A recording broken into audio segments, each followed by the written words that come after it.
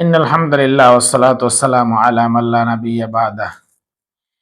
সম্মানিত বন্ধুগণ, এই পৃথিবীতে কিছু মানুষ আছে যারা টাকার বিনিময়ে, অর্থের বিনিময়ে মানুষের ক্ষতি করিয়া থাকে, অথবা শত্রুতার কারণে মানুষের ক্ষতি করিয়া থাকে। তো এই সমাজে জাদু টোনা এই সমস্ত জিনিসই সবচাইতে বেশি চলে। আর এই কাজগুলি করার জন্য এক শ্রেণীর লোক আমাদের সমাজে যারা বসবাস করে এবং আমাদের মধ্যেই তারা আছেন। অনেক সময় অনেক মানুষকে জাদুটোনা করা হয়, কিন্তু আমরা বুঝতে পারি না, ধরতে পারি না। তো আজকে আমরা একটি বিষয় আলোচনা করব যে মানুষকে জাদুটোনা করে কিভাবে মানুষকে হত্যা করা যায় এবং কিভাবে মানুষকে হত্যা করে, সেই বিষয়টি আমরা জানব।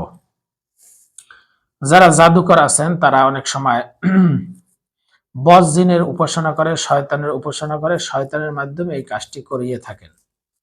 বিভিন্ন কুফরি কালাম দোয়ার মাধ্যমে, কুফরি কালামের মাধ্যমে মানুষকে জাদুটোনা করিয়ে থাকে।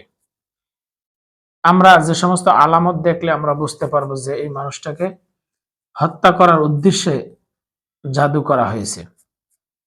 এক নম্বরে আমরা যেটা দেখতে পারবো সেটা হলো যে তার শরীরের কোনো একটা অঙ্গ অবশ হয়ে গেছে এবং সাথে প্রচুর পরিমাণে ব্যথা।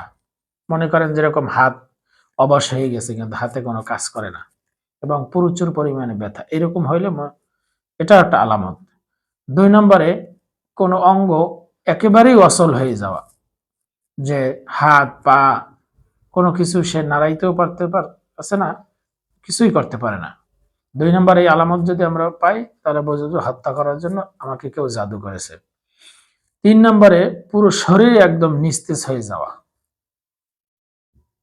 শরীরে কোনো কাজ না করা। ৪ নম্বরে মাঝে মাঝে শরীরের মধ্যে ঝিঁকুনি দেওয়া, শরীরের মধ্যে ঝিঁকুনি দেয়, হঠাৎ করে শরীরে কাঁপুনি ওঠে এবং বেহুশ হয়ে যায়।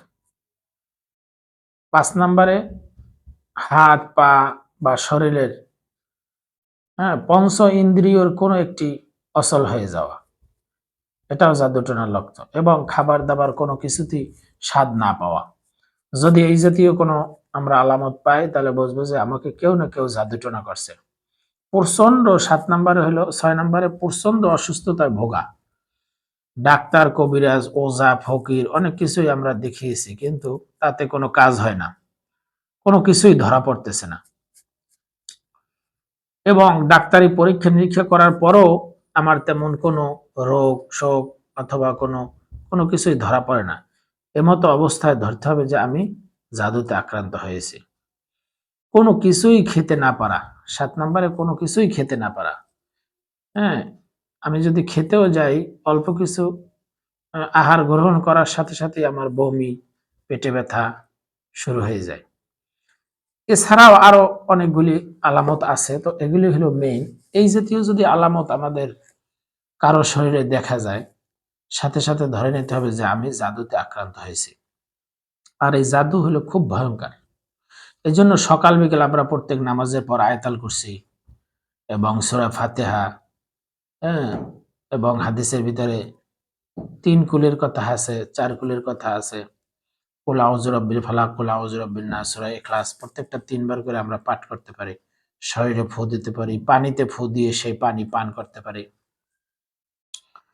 এবং সাথে সাথে আমরা দিনদার কোনো পরেজগার মুত্তাকি লোকের কাছ থেকে আমরা চিকিৎসা গ্রহণ করতে পারি।